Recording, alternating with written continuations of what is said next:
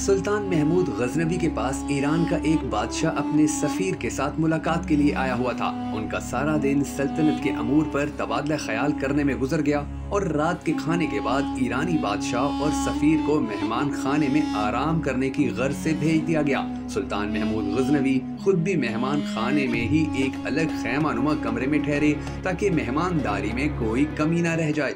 तकरीबन निस्फ रात के बाद सुल्तान ने अपने खैमे के बाहर खड़े गुलाम को, कि जिसका नाम हसन था, आवाज दी तो वो गुलाम खामोशी से पानी का एक लोटा और खरमची उठाए सुल्तान के खैमे में दाखिल हो गया। ईरानी बादशाह बड़ी हैरत से अपने खैमे के पर्दे से ये मंजर देख रहा था और साथ ही साथ सुल्तान महमूद गजनवी के गुलाम हसन का बाहर आने का मुंतजर भी था, जैसे कोई सवाल उसको बेचैन किए हुए हो और उस सवाल का जवाब वो हसन से चाहता हो। बहरहाल जैसे ही हसन सुल्तान के खैमे से बाहर निकला तो ईरानी बादशाह ने उसे अपने पास बुलाया और पूछा कि जब सुल्तान ने तुम्हें आवाज दी तो तुम्हारा हक था कि पहले पूछते कि जी आका क्या हुक्म है। तुम बिना पूछे ही पानी का लोटा और खरमची लेकर सुल्तान के खैमे में चले गए हो सकता है कि सुल्तान को इन चीजों के बजाय किसी और चीज की तलब होती।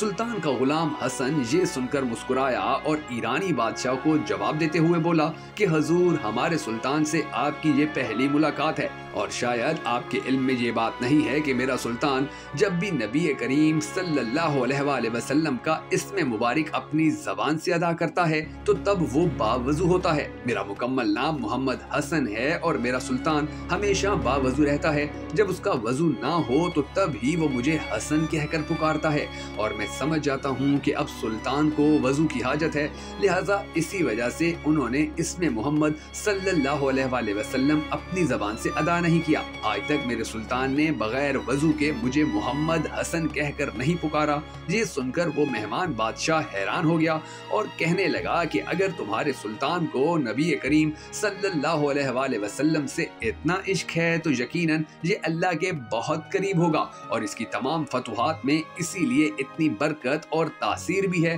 दोस्तों, ये थे वो हमारे इस्लामी तारीख के हीरोज के जिनके दिलों में इश्क मुस्तफ़ा सल्लल्लाहु अलैहि वसल्लम का ठाठे मारता समंदर था।